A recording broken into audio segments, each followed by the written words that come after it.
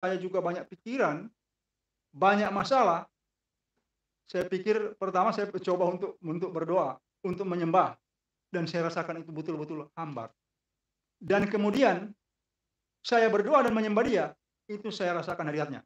Bahkan kalau saya pegang gitar, satu petikan tali cukup untuk membuat kalau ada orang menyembah bersama-sama dengan saya di depan saya, itu dia bisa tumbang dari jarak 3-4 meter, dia langsung jatuh walaupun dia duduk. Penonton sekalian, carilah Tuhan dengan segenap hati. Di mana di hatimu? Jangan berpikir bahwa ibadah itu seolah-olah format yang di luar hati kita, itu di dalam. Bermazmur harus dengan hati juga.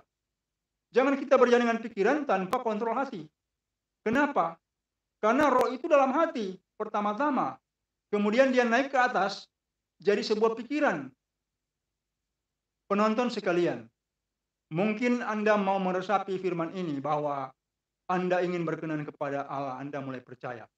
Ketika saya memulai, saya bukan memulai dengan berdoa dan jadi kacung. Senior-senior saya ini untuk melakukan itu, saya juga lakukan. Mereka kemudian suruh saya berdoa. Kemudian saya disuruh melakukan ini dan itu saya lakukan. Sampai suatu saat mereka bilang, engkau sudah boleh berdoa, mendoakan orang. Nah, saya mulai berdoa. Nah, ketika roh Tuhan mengurapi saya, jempol kaki kiri saya, kuasa Tuhan masuk, maka saya mudah untuk mendoakan orang. Nah, saya juga heran, ternyata senior-senior saya ini punya kontrol yang bagus. Mereka tahu kalau Tuhan itu berbicara kepada saya. Nah, dalam sebuah masak, kita harus ada kontrol. Kalau yang di atas itu memberitahukan sesuatu, kita ikut saja. Jangan kita pikir kita itu pintar dan kita itu bijak dalam sebuah masak. Harus dengar yang di atas, yang senior-senior Anda. Apalagi kalau mereka itu memang dipakai Tuhan dengan heran. Nah, dalam hati bangunlah gereja organisme sehingga engkau itu tertolong. Firman ini tidak berbunyi yang berbeda, tidak berbunyi bahwa kekuatan yang lain itu seperti kebiasaan dari sebuah kelompok untuk misalnya contoh gereja organisasi, dia tidak berbunyi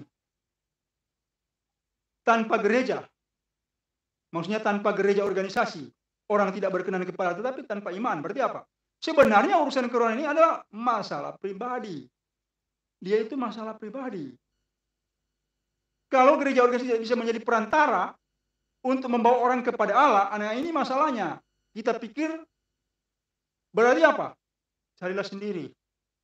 Di rumah mungkin masih ada 1-2 Alkitab. Di tempat yang lain mungkin ada 4-5 Alkitab karena ada banyak orang. Itu pelajari dengan baik sehingga sesuai dia itu mencapai pengertian yang sesuai. Caranya apa? Dalam roh. Saya juga terbiasa untuk itu.